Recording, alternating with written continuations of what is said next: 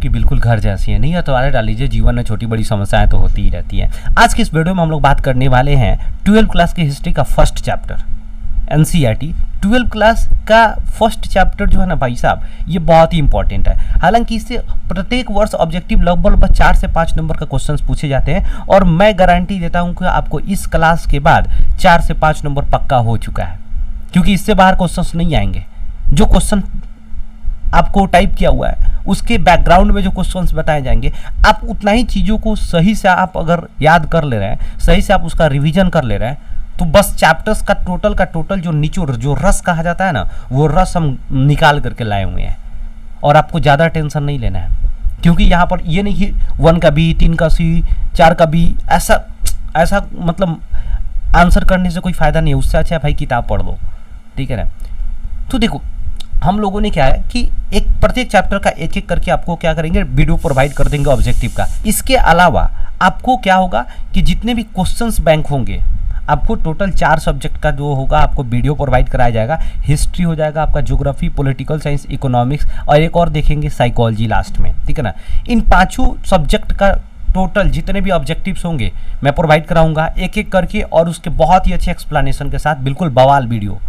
अगर आप मेहनत करते हैं तो जाहिर सी बात है कि आप बहुत अच्छा कर जाएंगे और आपका एक वैल्यू एडिशन भी होगा, आपका नॉलेज भी इम्प्रूव होगा। और इसके अलावा आप लोगों को बार बार ये दिक्कत होता है, मैं भी जब पढ़ रहा था 12th क्लास में तो दिक्कत होता था, क्योंकि क्वेश्चन बैंक मार्केट में जितने भी लोकल पब्लिकेशन आते हैं उसमें पूरा का पूरा क्वेश्चन बैंक में देखते हैं मैक्सिमम क्वेश्चंस गलत रहता है। बच्चा क्वेश्चंस गलत याद कर लेता है और कन्फ्यूजन में पड़ जाता है। अब क्या मारे, गाइड पढ़ रहा है कुछ और मिल रहा है, क्वेश्चन बैंक पढ़ रहा है कुछ और मिल रहा है, भाई साहब गजब का दिक्कत है, ठीक है ना। इन सारी चीज़ों का प्रॉब्लम मेरे पास है और मैं मेहनत भी कर रहा हूँ इस पर, और एक एक करके प्रत्येक ईयर का, प्रत्येक वर्ष का जो होगा आपका क्वेश्चंस बैंक का आंसर, आपको ऑब्जेक्टिव का तो मैं दे ही दूंगा, और सब्जेक्टिव का भी जब हम पूरे सब्जेक्टिव का जब क्वेश्चंस आंसर जब आप पीडीएफ प्रोवाइड करूंगा तो उसमें आपको टोटल मिल जाएंगे, उसके सोचने की ज़रूरत नहीं है। तो बस भाई का सपोर्ट करते रहिए, और थोड़ा सा देखिए सपोर्ट क्या, आपसे कुछ पैसा वगैरह नहीं मांगा जा रहा है, कुछ नहीं है। बस सपोर्ट का मतलब ये है कि आप दोस्तों के पास फैलाइए। अगर आपको वीडियो अच्छा लगा हो तो लाइक कीजिए, कमेंट कीजिए कुछ अच्छा सा जिससे मोटिवेशन मिले, ठीक है ना। और आपके साथ कोई पढ़ रहे हैं तो उनको भी क्या कीजिए, वीडियो शेयर कीजिए।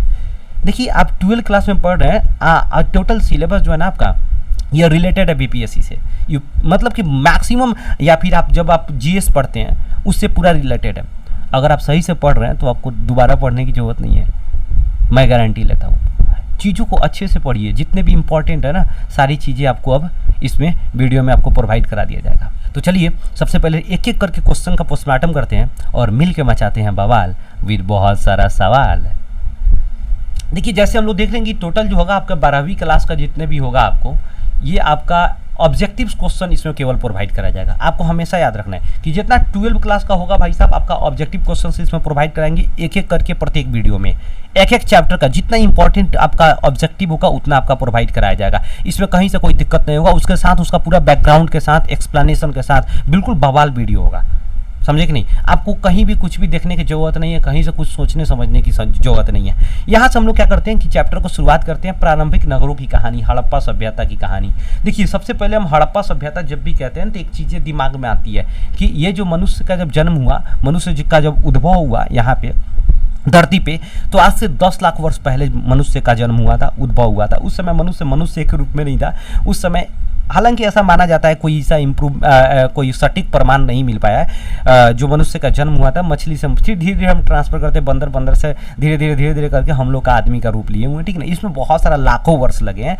लेकिन अगर पूछेगा ज्ञानी मानव का जन्म कब हुआ था, तो आज से 40,000 वर्ष पहले, जिसे हम होमोसेपियंस कहते हैं ना, तो होमोसेपियंस का जो जन्म हुआ था भाई साहब आज से 40,000 वर्ष पहले हुआ था।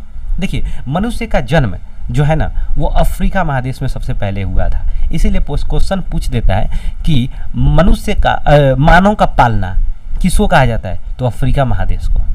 लेकिन मनुष्य जो वहाँ जन्म लिया था ना वो सभ्य मानव नहीं था, वो क्या था, वो समाज में रहने वाला मानव नहीं था। लेकिन जब मनुष्य जब सभ्य हुआ, सभ्यताओं को सीखा, सिविलाइज्ड हुआ, वो एशिया महादेश में हुआ। इसलिए क्वेश्चन पूछेगा कि मानव सभ्यता का पालना किसे कहा जाता है, तो मानव सभ्यता का पालना पूछेगा तो एशिया, मानव का पालना मतलब मानव जन्म लिया, पला बढ़ा, वहीं पे आगे डेवलप, मतलब कि उसका जनरेशन बढ़ा, ठीक है ना। तो इसलिए मानव का पालना पूछेगा तो अफ्रीका। बड़ी इंपॉर्टेंट और बड़ी बारीकी से आप क्वेश्चन समझिएगा, मज़ा आएगा आपको, और आपको पढ़ने में भी मज़ा आएगा और बवाल मचाएंगे आप। जाहिर सी बात है कि अपने चैप्टर, अपने क्लास, अपने आसपास बवाल मचाना है, ठीक है ना। बस यही है कि आराम से पढ़िए और घमंड नहीं करना है, ठीक है ना। आराम से पढ़ना है, याद करना है, और समझे कि नहीं, एकदम आप साइलेंटली बवाल मचाना है, बात समझे कि नहीं, एकदम साइलेंट किलर बन करके, ठीक है ना। चलिए हम लोग हड़प्पा सभ्यता की बात करते हैं। देखिए हड़प्पा सभ्यता बेसिकली जो विकसित हुआ था वो हमारे भारतीय उपमहाद्वीप में विकसित हुआ था। भारतीय उपमहाद्वीप स्पेशली तो हम कहें तो भारत में विकसित हुआ था। पहले तो है पाकिस्तान भारत में ही था, ठीक है ना। तो पाकिस्तान के जो है आप हड़प्पा, मोहनजोदड़ो, चानूडड़ो, ये सब क्या है, पाकिस्तान में था।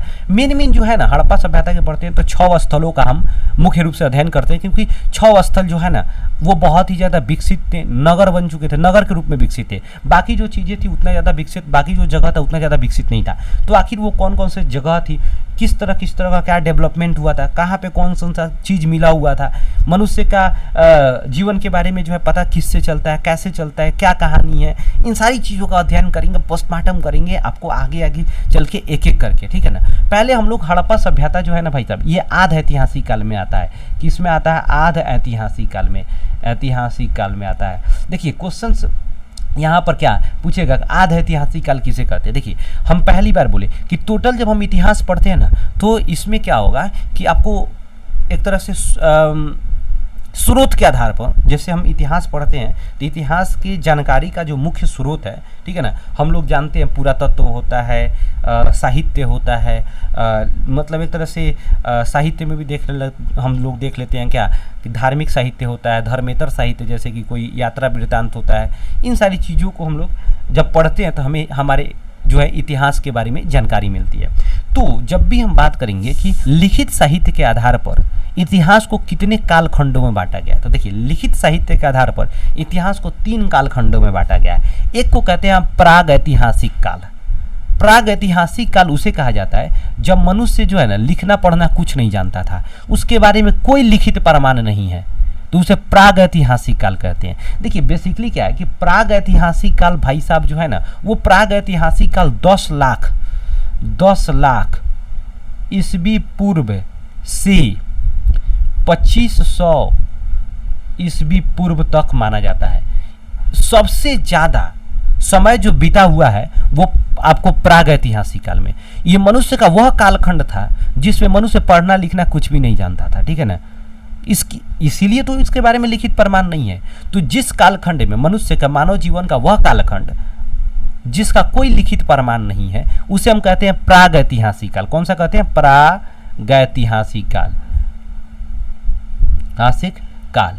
और इसका जो कालखंड है 10 लाख वर्ष ईस्वी पूर्व से 2500 वर्ष ईस्वी पूर्व, ठीक है ना। यहाँ पर देखिए उसके बाद आता है आध ऐतिहासिक काल। आध ऐतिहासिक काल का जो कालखंड बेसिकली था वो 2500 BC टू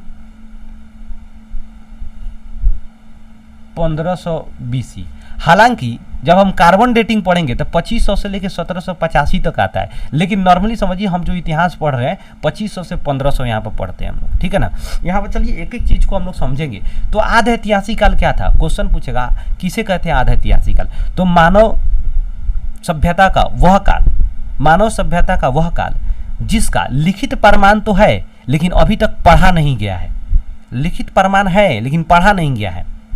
तो देखिए प्राग ऐतिहासिक काल में लिखित प्रमाण ही नहीं था तो पढ़ा क्या जाएगा, तो उसमें बिल्कुल साफ था।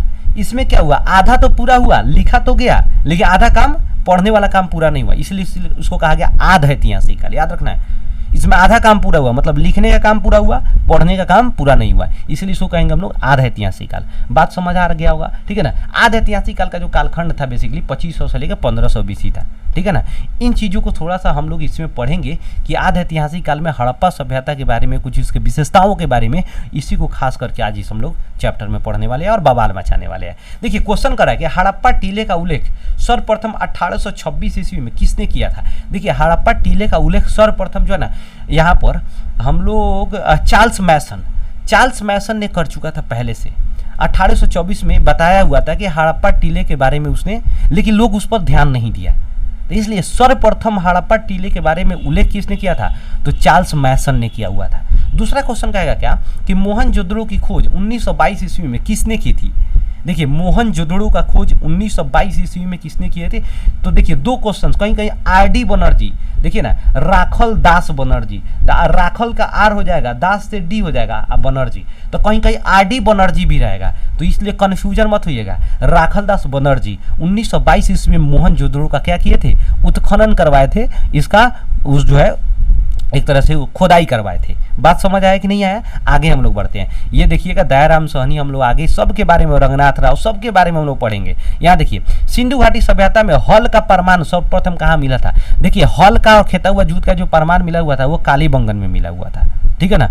हल का प्रमाण यहाँ पर मिला हुआ था, ठीक है ना। और ये हल का प्रमाण मतलब क्या, एक तरह से खिलौना के भी रूप में वहाँ पर मिला हुआ था, पके हुए मिट्टी का मिला हुआ था। आगे हम लोग थोड़ा सा देखते हैं, हड़प्पा सभ्यता में प्राप्त अवतल चक्की पर किस पुरातत्वविद ने प्रकाश डाला था। देखिए हड़प्पा सभ्यता में जो है ना अवतल चक्की यानी जो है सिलबट बाट का भी मिला हुआ था, उस समय प्रमाण मिला हुआ था, ठीक है ना। लेकिन इसके बारे में सर्वप्रथम देखिए अवतल, अ से अवतल, अ से अर्नेस्ट, इसलिए अ वाला याद रखिएगा, ठीक है ना। अर्नेस्ट मैके, अर्नेस्ट मौके के द्वारा क्या किया गया था, इस अवतल चक्की के बारे में सर्वप्रथम बताया गया हुआ था, ठीक है ना। ये एक पुरातत्वविद थे। देखिए पुरातत्वविद उसे कहा जाता है, पुरातत्व का अध्ययन करने वाला को पुरातत्वविद कहा जाता है, जो स्कॉलर होता है उसको क्या कहा जाता है, पुरातत्वविद कहा जाता है। देखिए पुरातत्वविद, पुरातत्व जो होता है ना एक तरह का पृथ्वी के अंदर किसी भी कालखंड में मनुष्य के द्वारा प्रयोग में लाए गए वस्तुओं को, ठीक है ना, जब हम खोद के बाहर निकालते हैं और उसके बारे में कुछ जानकारियां प्राप्त करते हैं तो उसे हम कहते हैं पुरातत्व। पुरातत्व एक संस्कृत शब्द है, पूरा का मतलब होता है कि प्राचीन और तत्व का अर्थ होता है सामग्री, वस्तु। बात समझे कि नहीं। तो जब हम पुरानी यानी प्राचीन सामग्रियों का अध्ययन करते हैं, ठीक है ना, तो उससे हम लोग कहते हैं पुरातत्व विज्ञान। जो अध्ययन करता है या फिर जो स्कॉलर है उसे हम कहते हैं पुरातत्वविद। बात समझे कि नहीं, कोई दिक्कत इसमें आई थिंक नहीं होगा। और जो सामग्री हम खुद के निकालते हैं उसे पुरातत्व कहते हैं। बात समझे कि नहीं। चलिए आगे हम लोग थोड़ा सा देखते हैं, समझते हैं। करा क्या, सिंधु घाटी सभ्यता के निवासियों को किस धातु का ज्ञान नहीं था। देखिए सिंधु घाटी सभ्यता के निवासियों को लोहा का ज्ञान नहीं था, तांबा का ज्ञान था। तब तो कांसा बनाता था उसमें तांबा मिला करके, चांदी का भी ज्ञान था, सोना का भी ज्ञान था, क्योंकि ये सब जेवर बना करके पहनता था सब एक से एक जेवर का प्रमाण मिला हुआ है, ठीक है ना। लेकिन लोहा का प्रमाण नहीं है, ठीक है ना। लोहा का प्रयोग ये सब नहीं जानता था, ठीक है ना। जैसे आगे देखेंगे तो तलवार वगैरह बहुत सारा चीज मिलेगा यार, चलो ना बवाल मचाते रहो ना। देखो मोहनजोदड़ो किस भाषा का शब्द है। देखो मोहनजोदड़ो सिंधी भाषा का शब्द है, लेकिन इसका हिंदी में जो अर्थ होता है मृतकों का टीला, मृतकों का टीला। सिंधी भाषा का शब्द है क्या, मोहनजोदड़ो। मोहनजोदड़ो किस भाषा का शब्द है, सिंधी भाषा का शब्द है, जिसका अर्थ होता है मृतकों का टीला। क्वेश्चन पूछ रहा है कि कालीबंगान स्थित है। देखिए कालीबंगान कहाँ स्थित है, तो कालीबंगान याद रखिएगा राजस्थान में घग्गर नदी के किनारे, घग्गर नदी के किनारे स्थित है, ठीक है ना। राजस्थान में कालीबंगान स्थित है, घग्गर नदी के किनारे स्थित है। हल का प्रमाण यहीं से मिला हुआ था। बात समझ आया, आगे बढ़ते हैं। कह रहा है एक बात, राय बहादुर दयाराम सहनी ने कहाँ उत्खनन करवाया था। कहाँ उत्खनन कराया था बाबू मेरे, हड़प्पा में हड़प्पा में उत्खनन करवाया हुआ था। बात समझे कि नहीं, कब, 1921 ईस्वी में। बात समझे। देखिए ये लोग उत्खनन करवाया था, लेकिन जब हमारे देश में 1861 ईस्वी में पुरातत्व सर्वेक्षण विभाग का गठन हुआ था, उस समय कनिंघम महोदय उसका डायरेक्टर जनरल थे, सब उन्हीं की अध्यक्षता में काम कराया गया था। लेकिन 1861 ईस्वी में कनिंघम महोदय फेल हो गए हुए थे उत्खनन करवाने में। बात समझे कि नहीं, वो उतना सफलता नहीं मिला था। सबसे ज्यादा जो सफलता मिला हुआ था हड़प्पा सभ्यता के बारे में, ठीक है, वो जॉन मार्शल को मिला हुआ था। जॉन मार्शल 1902 ईस्वी में क्या बने थे, भारतीय पुरातत्व सर्वेक्षण विज्ञान का जो सर्वेक्षण विभाग जो था ना उसका डायरेक्टर बने हुए थे, ठीक है ना। 1924 ईस्वी में सर्वप्रथम उन्होंने हड़प्पा सभ्यता का नामकरण किया हुआ था, हड़प्पा सभ्यता का नाम दिया हुआ था, ठीक है ना। क्वेश्चन पूछेगा, हम एक एक करके चलिए ना, आपको मिलेगा क्वेश्चंस और वहीं पर हम लोग चर्चा करेंगे। करेगा, निम्नलिखित हिंदू देवताओं में से कौन सिंधु सभ्यता का प्रमुख देवता था। तो सिंधु सभ्यता का सबसे प्रमुख देवता विष्णु, सॉरी यहाँ विष्णु करें, शिव पशुपति, ठीक है ना। तो पशुपतिनाथ को भी शिव जी कहते हैं हम लोग, ठीक है। सिंधु घाटी सभ्यता किसके समकालीन नहीं मानी जाती है। देखिए सिंधु घाटी सभ्यता जो थी ना ये क्रीट के समकालीन नहीं मानी जाती है। देखिए चीनी, मिस्र, मेसोपोटामिया, ये तीनों को क्या हुआ, तीनों के समकालीन था। चीन की सभ्यता को पीली नदी घाटी की सभ्यता भी कहा जाता है, ठीक है ना, क्योंकि ये पीली नदी के किनारे बसा हुआ था, ठीक है ना। मिस्र की सभ्यता इसलिए मिस्र की सभ्यता कहा जाता है क्योंकि ये नील नदी के किनारे बसा हुआ था, ठीक है ना। और आज के जो समय में मिस्र देश है जिसे हम इजिप्ट कहते हैं, ठीक है ना, वो इजिप्ट देश में ही यह मिस्र की सभ्यता विकसित हुई थी, ठीक है ना। मेसोपोटामिया जो है इराक में विकसित हुई थी, इराक का पुराना नाम मेसोपोटामिया ही था, ठीक है ना। हम मिस्र की सभ्यता की अगर बात करें ना तो मिस्र की सभ्यता से 20 गुना बड़ा था सिंधु घाटी सभ्यता। कितना गुना बड़ा था? 20 गुना बड़ा था सिंधु घाटी सभ्यता। लेकिन जब हम मिस्र हम मेसोपोटामिया दोनों को अगर जोड़ दें तब भी उससे 12 गुना बड़ा था सिंधु घाटी सभ्यता। सिंधु घाटी सभ्यता का क्षेत्रफल था 12,99,600 वर्ग किलोमीटर, ठीक है ना। आकार में त्रिभुजाकार था लेकिन उसके नगरों का विकास आयताकार था। भाई साहब क्वेश्चंस बहुत ही कंफ्यूजियस करके पूछेगा, एक एक करके हम क्लियर करते चलेंगे, बवाल मचाते चलेंगे, ठीक है ना। बवाल आपको भी मचाना है भाई साहब, ठीक है ना, वीडियो को शेयर करके ठीक है ना। देखो मेसोपोटामिया का सभ्यता तो समझ आया ना कि मेसोपोटामिया का सभ्यता इराक की सभ्यता, इराक का पुराना नाम मेसोपोटामिया था। मेसोपोटामिया का सभ्यता किस नदी घाटी के किनारे बसा हुआ था? तो दजला और फरात नदी, दजला और फरात नदी के बीच में जो भूमि था, द्वाब था, उसी के बीच में मेसोपोटामिया की सभ्यता विकसित हुई थी। मिस्र जो की सभ्यता जो है नील नदी के किनारे विकसित हुई थी, ठीक है ना। इसीलिए क्वेश्चन पूछता है नील नदी का देन किसे कहा जाता है? मिस्र को। नील नदी नहीं रहता ना तो मिस्र जो है एक तरह से रेगिस्तान होता है, लेकिन नील नदी होने की वजह से मिस्र जो है विकसित हो गया और वहाँ के आसपास के इलाका जो है कृषि के लिए उन्नत हो गया, जिसकी वजह से वहाँ के लोग जो है मौज करने लगे। क्वेश्चन पूछेगा मिस्र में कौन कौन सी चीज फेमस है? तो मिस्र का पिरामिड फेमस है, अब मिस्र का मम्मी फेमस है। मम्मी क्या होता था? देखिए पिरामिड मिस्र का इतना फेमस है कि अभी तक ये उसके बारे में सीक्रेट नहीं पता चल पाया कि जो पिरामिड पर बड़ा बड़ा जो पत्थर रखा गया था वो कैसे चढ़ा गया। इतना वजनदार पत्थर जो आज के समय में जो है ना क्रेन से भी नहीं उठ सकता है, वो कैसे रखा गया होगा। ये सारी जो है उस समय का जो है बहुत सारी जो है ऐसी बातें हैं जो मिस्टीरियस है, जो कि रहस्य है, अभी तक पता नहीं चल पाया है। दूसरी बात, मम्मी वहाँ की फेमस है। मम्मी क्या होता था? मम्मी अपनी माँ वाला मम्मी, या फिर ये मम्मी वाला बात नहीं है। ये मम्मी क्या होता था कि जब कोई फेमस आदमी मरता था, प्रसिद्ध आदमी कोई मरता था, राजा महाराजा मंत्री कोई बड़ी नेता कोई भी आदमी ऐसा फेमस मरता था, तो वो लोग क्या करते थे कि उसके बॉडी में एक विशेष प्रकार के जो है रसायन केमिकल लगाकर उसको लपेट करके उसको बांध के रखते थे। वो केमिकल का खासियत ये होता था कि उस बॉडी को वो जो सड़ने नहीं देता था, सड़ता ही नहीं था, वो बॉडी वैसा ही कि ज्यों का त्यों रह जाता था। और उसी प्रक्रिया को उस जो केमिकल लगाया जाता था उस प्रक्रिया को ममीफिकेशन कहा जाता था। और केमिकल लगा के बांध बूंद के जो रखा गया बॉडी होता था उसी को मम्मी कहा जाता था, ठीक है ना। और इसका आज तक भी पता नहीं चल पाया कि वो लोग का कैसा विज्ञान था, कि सोचिए समझिए ना कि भाई साहब कैसा वो केमिकल था जिसको लगाने से कोई बॉडी सड़ता ही नहीं था। बड़ा अजीब बात है कि नहीं है, ठीक है ना। तो भाई साहब मिस्र की सभ्यता से जो है ना केमिस्ट्री का उद्भव हुआ है, ठीक है ना। आगे चलिए बढ़ते हैं, समझते हैं थोड़ा सा। तो यहाँ पर आई होप कि समझ आ गया होगा। क्वेश्चन एक और पूछेगा कि दुनिया का सबसे पुराना सभ्यता कौन सा है? तो सुमेरियन सभ्यता। सुमेरियन सभ्यता का ही उपनिवेश था कौन? हड़प्पा सभ्यता। क्वेश्चन पूछता है किस सभ्यता का उपनिवेश था हड़प्पा सभ्यता? सुमेरियन सभ्यता का उपनिवेश था। किसने कहा था? तो व्हीलर महोदय ने। व्हीलर एक पुरातत्वविद थे जो भारत में पुरातत्व विज्ञान जो सर्वेक्षण जो विभाग है, पुरातत्व सर्वेक्षण विभाग जो है ना, उसका डायरेक्टर जनरल बने हुए थे 1944 ईस्वी में, ठीक है ना, व्हीलर महोदय, ठीक है ना। पेशे से बेसिकली क्या थे, ये जॉब में थे, ब्रिगेडियर थे, ठीक है ना। याद रखिएगा आप लोग चीजों को। आगे देखते हैं हम लोग थोड़ा। हड़प्पा सभ्यता किस युग की सभ्यता है? बवाल क्वेश्चन है भाई, एग्जाम में बहुत बार क्वेश्चन पूछा है। कांस्य युग की सभ्यता था। देखिए ये कांसा जो है ना, ये बेसिकली तांबा और टीन को जो है ना टीन ठीक है ना, टीन को मिलाकर बनाया जाता था। इनके पास ये जो है ना मिश्रण की, धातु को मिश्रण करने की जो है ना कला लोगों के पास, हड़प्पा सभ्यता के लोगों के पास था। अगला क्वेश्चन आ रहा है क्या, हड़प्पा सभ्यता का सबसे बड़ा नगर कौन सा था? हड़प्पा सभ्यता का सबसे बड़ा नगर भाई साहब, सबसे बड़ा नगर मोहनजोदड़ो था, और इसके बाद जो था हड़प्पा था। ये दोनों के बीच का जो दूरी था 670 किलोमीटर। व्यापारिक दूरी की बात करते हैं, और लेकिन नॉर्मल जेन्युइन दूरी था 483 करीब 480 किलोमीटर के करीब था, ठीक है ना। लेकिन क्वेश्चन पूछेगा आपको तो 670 मारिएगा, ठीक है ना। अगला क्वेश्चन पूरा आएगा, पुरातत्व के अंतर्गत निम्न में से कौन एक नहीं है? पुरातत्व के अंतर्गत साहित्य। बाकी यार साहित्य का मतलब होता है किताब, नॉर्मल समझिए किताब, ठीक है ना।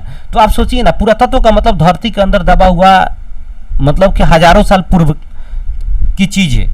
तो आप सोचिए किताब 1000 साल धरती के अंदर मतलब अगर दबेगा तो रहेगा वो, गल गुल जाएगा, बात समझे कि नहीं। इसीलिए किताब कभी भी पुरातत्व हो ही नहीं सकता है, सिक्का हो जाएगा, अभिलेख हो जाएगा, भग्नावशेष हो जाएगा, यहाँ पर भग्नावशेष हो जाएगा, ठीक है ना। अगला क्वेश्चन कह रहा है कलकत्ता में एशियाटिक सोसाइटी की स्थापना किसने किया था। देखिए भाई साहब, कलकत्ता में एशियाटिक सोसाइटी की स्थापना 1784 ईस्वी में विलियम जोन्स ने किया हुआ था, ठीक है ना। अगला क्वेश्चन, हड़प्पा सभ्यता का प्रशासन था। देखिए हड़प्पा सभ्यता का प्रशासन नगर पालिका जैसे था, क्योंकि वहाँ पर साफ सफाई का, नाला का व्यवस्था, सड़क का व्यवस्था बिल्कुल बवाल था, एकदम मतलब एकदम बिल्कुल बेमिसाल था, ठीक है ना। और शायद हम उन्हीं से इंस्पायर होकर आज हम अपने नाला और दोनों रोड के दोनों तरफ नाला रखते हैं, वो सबसे पहले कंसेप्ट हम लोग वहीं से लिए हुए थे, ठीक है ना। आगे देखते हैं, कपास उपास उपजाना सब हम लोग वहीं से सीखे थे। पहली बार हड़प्पा को किस वर्ष उत्खनित किया गया था। 1921 ईस्वी में दयाराम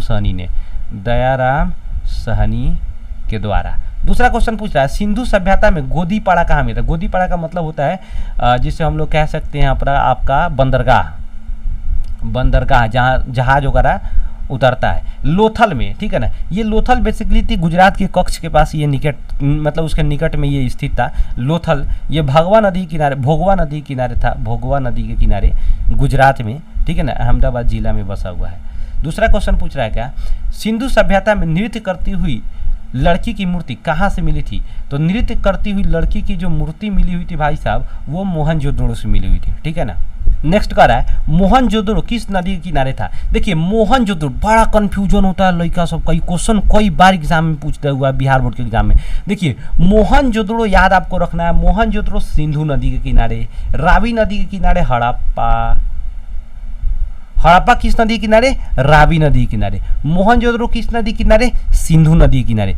बिल्कुल दिमाग में रखना है। देखिए हड़प्पा सभ्यता सिंधु सभ्यता कहा जाता है ना, इसीलिए हड़प्पा और सिंधु बड़ा क्लोज दिखता है, इसीलिए लड़का सब जो है ना हड़प्पा सभ्यता सिंधु नदी के किनारे मान लेता है। ये भाई बेकार में 1 नंबर चल जाएगा, ध्यान रखना है।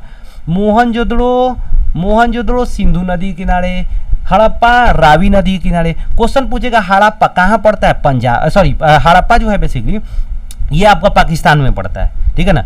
ये पाकिस्तान में जो है भाई साहब ये पड़ता है, हड़प्पा जो है ना ये हड़प्पा पड़ता है आपको मोंटगोमरी जिला में।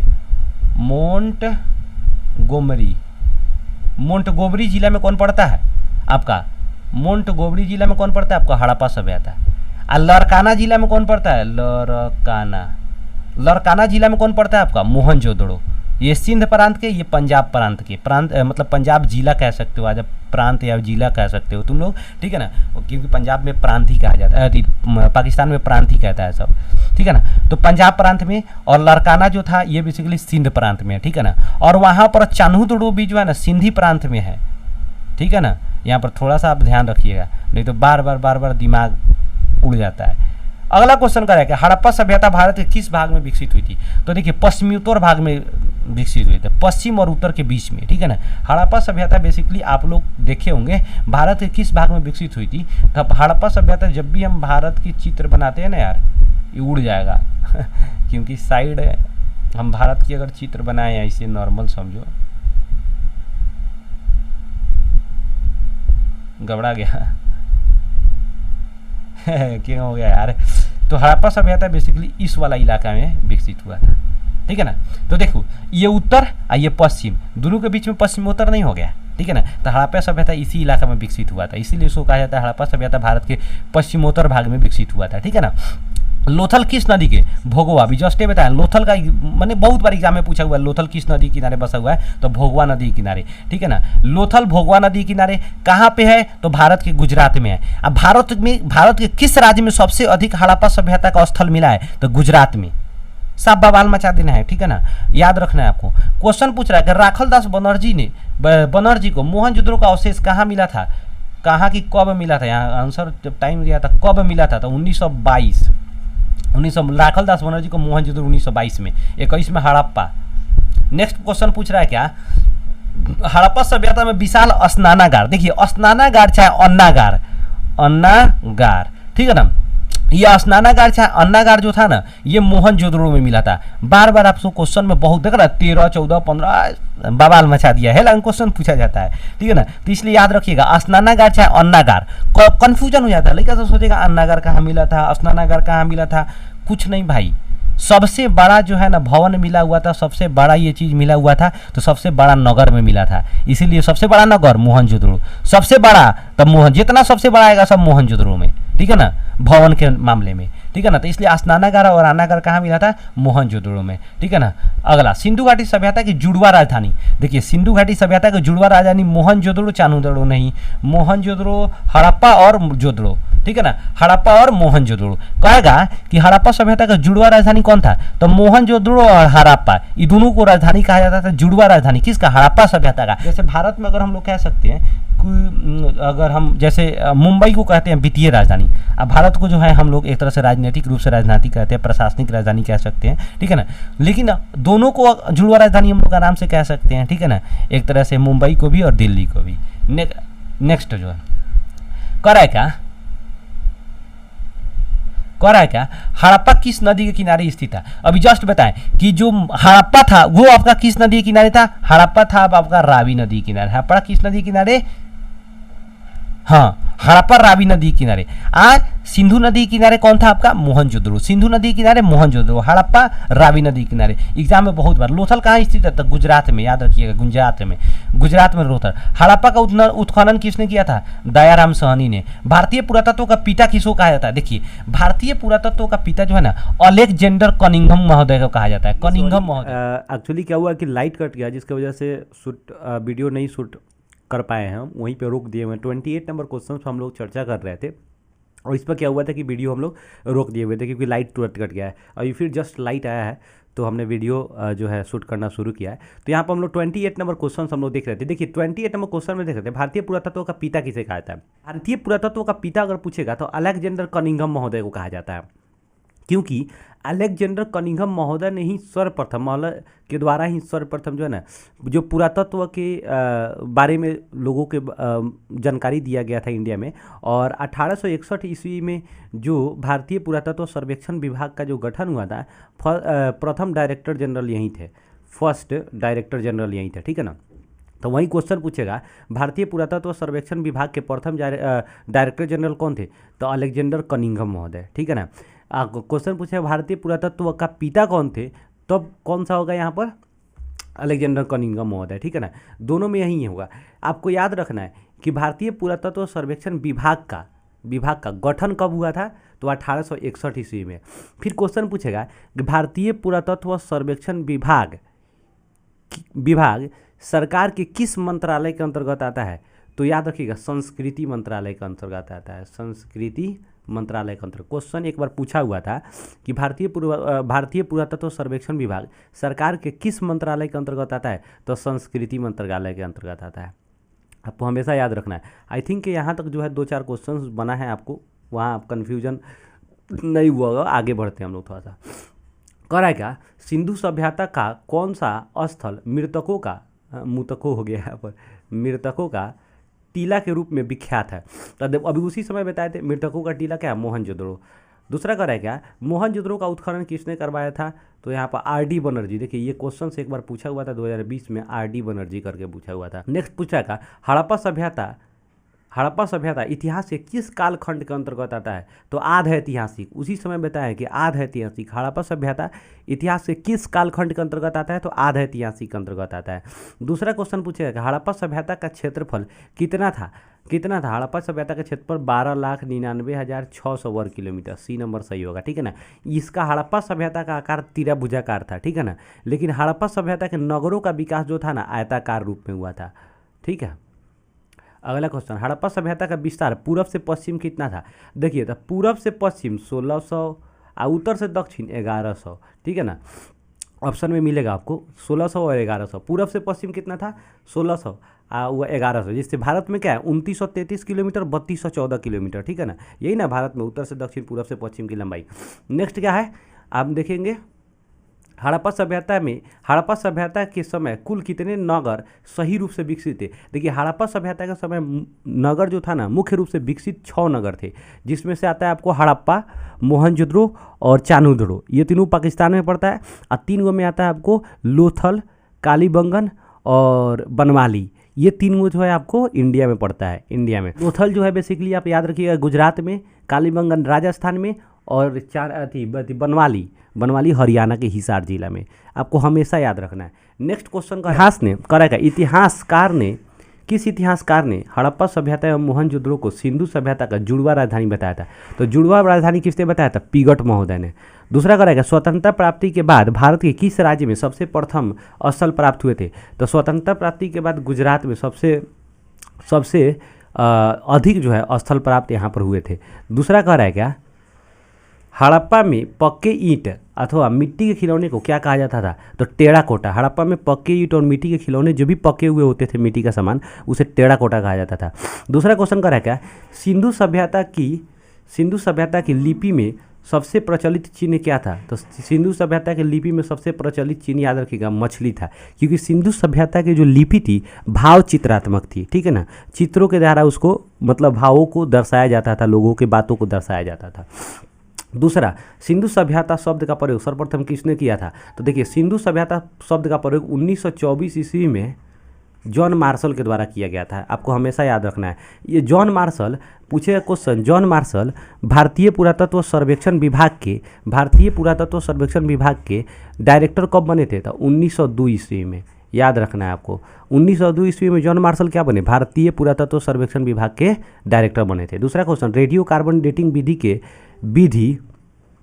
विधि के अनुसार हड़प्पा सभ्यता का कालखंड क्या था? देखिए, हड़प्पा सभ्यता का कालखंड अलग अलग विद्वानों के द्वारा अलग अलग अनुमान लगाया गया, क्योंकि इसका सटीक क्या है, चीज़ें नहीं है।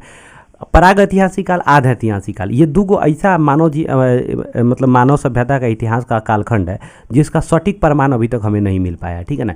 लेकिन सबसे सटीक अगर माना भी जाता है तो पुरातत्व से आप एग्जैक्ट टाइम नहीं पता लगा देते हो, ठीक है ना, कि किस तारीख को क्या हुआ था, इसलिए इसमें हम लोग अनुमान लगाते हैं। तो इसीलिए रेडियो कार्बन विधि जो डेटिंग विधि है ना, इसका जो है एक तरह से सर्वमान्य है, सबसे ज़्यादा लोग इसी पर विश्वास करते हैं। तो इसके अनुसार हड़प्पा सभ्यता का जो कालखंड था वो आप याद रखिएगा 2500 से लेकर 1750 ईस्वी तक था। दूसरा क्वेश्चन, हड़प्पा सभ्यता का नगर नियोजन किस आकार में किया गया था? तो नगर नियोजन अभी जस्ट आया, हड़प्पा सभ्यता का नगर नियोजन आयताकार में। लेकिन क्वेश्चन पूछेगा हड़प्पा सभ्यता का आकार किस तरह का था? तो त्रिभुजाकार होगा, ठीक है। नेक्स्ट क्वेश्चन कह रहा है क्या, कार्बन का अर्ध आयुकाल कितना होता है? अर्ध आयुकाल कितना होता है? तो देखिए, अर्धायुकाल जो होता है ना भाई साहब, कार्बन का 5568, देखिए ना कहाँ है, 5568 + -30। यहाँ प्लस माइनस का मतलब होता है कि 5568 में +30 कर दोगे तो 5598 और -30 कर दोगे तो 5538, ठीक है ना। ये दोनों में कोई भी हो सकता है, मतलब 30 वर्ष आगे 30 वर्ष पीछे भी हो सकता है। अर्धायुकाल मतलब यहाँ प्लस माइनस का मतलब आगे पीछे भी हो सकता है। तो 5568 + -30 हो जाएगा। कोई दिक्कत इसमें? किस वस्तु के मरने के बाद कार्बन के कौन सा रूप, किसी वस्तु के मरने के बाद कार्बन का कौन सा रूप जो है स्थिर रहता है? एक ही में लिख दिया, स्थिर रहता है। तो कार्बन 12 जो होता है स्थिर रहता है, कार्बन 14 घटते रहता है। देखिए, क्वेश्चन पूछेगा कार्बन डेटिंग विधि का खोज किसने किया था? तो BF लीवी, अमेरिका के एक रसायन शास्त्री थी, BF लीवी के द्वारा खोज किया था कार्बन 14 विधि का खोज, ठीक है ना। कार्बन 14 विधि के द्वारा क्या किया जाता है कि कोई भी वस्तु जब जीवित रहता है तो उसमें कार्बन 12 और कार्बन 14 दोनों समान मात्रा में रहता है, लेकिन जब वो मर जाता है, उसका एक तरह से विघटन हो जाता है, तो उसमें कार्बन 14 जो होता है लगातार घटते रहता है, ठीक है ना। तो उसी से जितना ज़्यादा कार्बन कम होगा, कार्बन 14 कम होगा, उतना ज़्यादा वो पुराना होगा, ठीक है ना। तो इसी से कार्बन के मात्रा के द्वारा पता लगाया जाता है कि कोई भी वस्तु कितना ज़्यादा पुराना है। बात समझ आया? इसी विधि को कहा जाता है कार्बन 14 विधि, ठीक है ना, या फिर तिथि निर्धारण की वैज्ञानिक विधि भी कहा जाता है, ठीक है। कोई दिक्कत यहाँ पर कोई दिक्कत नहीं होगा। अब आप लोग आगे बढ़ते हैं। हड़प्पा सभ्यता के लोग निम्न में से किससे परिचित नहीं थे? तो देखिए, हड़प्पा सभ्यता के लोग जो है ना, आपको तलवार से परिचित नहीं थे। तत्व की बात करें तो लोहा से परिचित नहीं थे, ठीक है ना। तो यहाँ पर क्या होगा आपका, तलवार से परिचित नहीं थे। नेक्स्ट क्वेश्चन, सैंधववासी मतलब सिंधुवासी मिठाई के लिए क्या उपयोग करते थे? तो सिंधुवासी जो है ना, उस समय उनके पास चीनी उनी मीठा वगैरह नहीं होता था, शहद होता था, ठीक है ना, इसीलिए वो लोग शहद का प्रयोग करता था सबसे ज़्यादा। कलर व्हीलर के अनुसार हड़प्पा सभ्यता किस सभ्यता का उपनिवेश था? देखिए, व्हीलर महोदय के अनुसार हड़प्पा सभ्यता था ना, वो सुमेरियन सभ्यता का उपनिवेश था। सुमेरियन सभ्यता 3500 ईस्वी पूर्व इसका विकास हुआ था, ठीक है ना। तो सुमेरियन सभ्यता का क्वेश्चन पूछेगा किस कौन सा सभ्यता सबसे प्राचीन सभ्यता है, तो सुमेरियन सभ्यता, ठीक है ना। क्वेश्चन पूछेगा हड़प्पा सभ्यता किसका उपनिवेश था। उपनिवेश का मतलब होता है राज होना। जैसे भारत क्या था, इंग्लैंड का उपनिवेश था कि नहीं था 1947 के पहले, ठीक उसी तरह ये भी एक तरह का क्या था, गुलाम था। किसके अनुसार, ये व्हीलर महोदय के अनुसार। व्हीलर महोदय भारत के पुरातत्व सर्वेक्षण विभाग का डायरेक्टर कब बने थे, तो 1944 ईस्वी में, याद रखिएगा। नेक्स्ट क्वेश्चन, सिंधु सभ्यता का बंदरगाह कौन था। देखिए सिंधु सभ्यता का सबसे बड़ा बंदरगाह लोथल में और सुटकोटदा में मिलता है, लेकिन लोथल में सबसे बड़ा था, ठीक है ना। दूसरा क्वेश्चन, क्यों लोथल में सबसे बड़ा था, क्योंकि ये कच्छ गुजरात में कच्छ के नीचे कच्छ जो रन है उसके मतलब कि खाड़ी है उसके निकट में है, ठीक है ना। दूसरा कह रहा है क्या, सिंधु सभ्यता के पतन का सबसे प्रचलित मत क्या था। देखिए सिंधु सभ्यता के पतन का सबसे अधिक लोग मानते थे कि वो बाढ़ की वजह से क्या हो गया, उसका पतन हो गया। दूसरा क्वेश्चन पूछा है सिंधु सभ्यता की लिपि कैसी थी, तो भाव चित्रात्मक लिपि थी। देखिए आप याद रखिएगा मिस्र के सभ्यता का भी लिपि जो था ना भाव चित्रात्मक लिपि था, ठीक है ना, याद रखना है आपको। अब मिस्र का राजधानी पूछेगा तो काहिरा, और उसी तरह मेसोपोटामिया का जो है उसका पुराना नाम क्या था, वर्तमान में आधुनिक नाम क्या है, ईरान, मतलब इराक। इराक का राजधानी बगदाद, आपको याद रखना है हमेशा। हड़प्पा या मोहनजोदड़ो के बीच की दूरी कितनी था, 670 किलोमीटर, ठीक है ना। बट जेनविन में 480 किलोमीटर आता है, लेकिन आंसर आप 670, 480 भी कहीं आता है तो मार देना यार। क्वेश्चन पूछ रहा है सिंधु सभ्यता में माप तौल की कौन सा अनुपात था। देखिए सिंधु सभ्यता में माप तौल का 16 अनुपात की यूज से 16 अनुपात ही जो है यूज किया जाता था माप तौल की विधि। जैसे देखिए हमारे यहाँ अभी 25 के अनुपात यूज किया जाता है। जैसे 16 अनुपात अगर बात किया जाए उस समय 16 आना जो होता था ना, आना 16 आना का 1 रुपया होता था। 16 आना का कितना होता था, 1 रुपया। बट अभी जो है ना हमारे यहाँ 16 आना का 1 रुपया का मतलब ये हुआ कि यहाँ पर ध्यान रखिएगा 1 आना जो होता था, 1 आना 4 पैसा के बराबर होता था, 4 पैसा के बराबर होता था। 1 आना कितना पैसा के बराबर होता था, 4 पैसा के बराबर होता था। बट आज के समय में जो है ना 1 आना का 6.25 पैसा के बराबर होता है, यानी हम लोग 25 के अनुपात में यूज करते हैं। तो आपको ये याद रखना है। निम्न में से किस युग के सभ्यता को कांस्य युग की भी सभ्यता कहा जाता है। देखिए कांस्य युग की जब भी सभ्यता बोलेगा तो हड़प्पा सभ्यता को कांस्य युग की भी सभ्यता कहा जाता है। व्हीलर के अनुसार हड़प्पा सभ्यता का अंत किस कारण हुआ, आर्यों के आक्रमण के कारण। देखिए व्हीलर महोदय का मानना ये था कि आर्यों के आक्रमण के कारण क्या हुआ है आपका, ये हड़प्पा सभ्यता का अंत हुआ है। क्यों ऐसा व्हीलर महोदय मानते थे कि जब 1500 ईसा पूर्व में आर्यों ने जब एशिया में कदम रखा, एशिया में बेसिकली भारतीय उपमहाद्वीप में जब कदम रखा, तो यहाँ के लोगों को क्या किया, यहाँ के लोगों पर आक्रमण करके यहाँ के लोगों का क्या किया, यहाँ से भगा दिया और यहाँ पर खुद बस गए और अपना जीवन यापन करने लगे, ठीक है ना। आर्यों का जो जीवन था ना वो ग्रामीण जीवन था, इसीलिए उसको वैदिक युग कहा गया, क्योंकि वो लोग वेद को क्या किया, बढ़ावा दिया, ठीक है ना, वैदिक जीवन को बढ़ावा दिया, ठीक है ना। जबकि हड़प्पा सभ्यता नगरीय सभ्यता था, ठीक है ना, ये क्या था, ग्रामीण सभ्यता नहीं था, दोनों बिल्कुल विपरीत था। क्वेश्चन पूछ रहा है सिंधु सभ्यता किस प्रकार की सभ्यता थी, तो नगरीय सभ्यता थी। ग्रामीण सभ्यता वो नहीं थी, ग्रामीण सभ्यता वैदिक सभ्यता जो थी वो ग्रामीण सभ्यता थी। बात समझ आए कि नहीं है। आई होप कि यहाँ तक तो कोई दिक्कत नहीं होगा। आपको बहुत ही इंपॉर्टेंट क्वेश्चन हमने कलेक्ट किया और आपके लिए यहाँ पर रिप्रेजेंट कर दिया, ठीक है ना। आप अगर अच्छे से याद करेंगे भाई साहब तो कोई दिक्कत नहीं होने वाला है, आप बवाल मचा देंगे एग्जाम में, ठीक है ना। इस चैप्टर से कोई दिक्कत नहीं होने वाला है, ठीक है। तो अगर वीडियो अच्छा लगा हो तो लाइक कीजिए, नहीं अच्छा लगा हो तो डिसलाइक कीजिए, चैनल को कंपलसरी सब्सक्राइब कीजिए और जितने भी दोस्त आपके 12 क्लास में पढ़ रहे हैं, इस साल एग्जाम देने वाले हैं, सबके पास शेयर कीजिए भाई साहब। हर किसी के लिए ये रेलिवेंट होने वाला है और आपका हिंदी का भी क्वेश्चन हम तुरंत लाएंगे, ऑब्जेक्टिव क्वेश्चन और व्याकरण का ऑब्जेक्टिव क्वेश्चन टोटल, जो आपको टेंशन नहीं लेना है, फ्री ऑफ कॉस्ट वीडियो और आपको एग्जाम के पहले टोटल का टोटल जो है आपका सिलेबस प्रोवाइड करा देंगे, कंप्लीट करा देंगे। तो चलिए मिलते हैं नेक्स्ट वीडियो में, तब तक के लिए आज के लिए जय हिंद।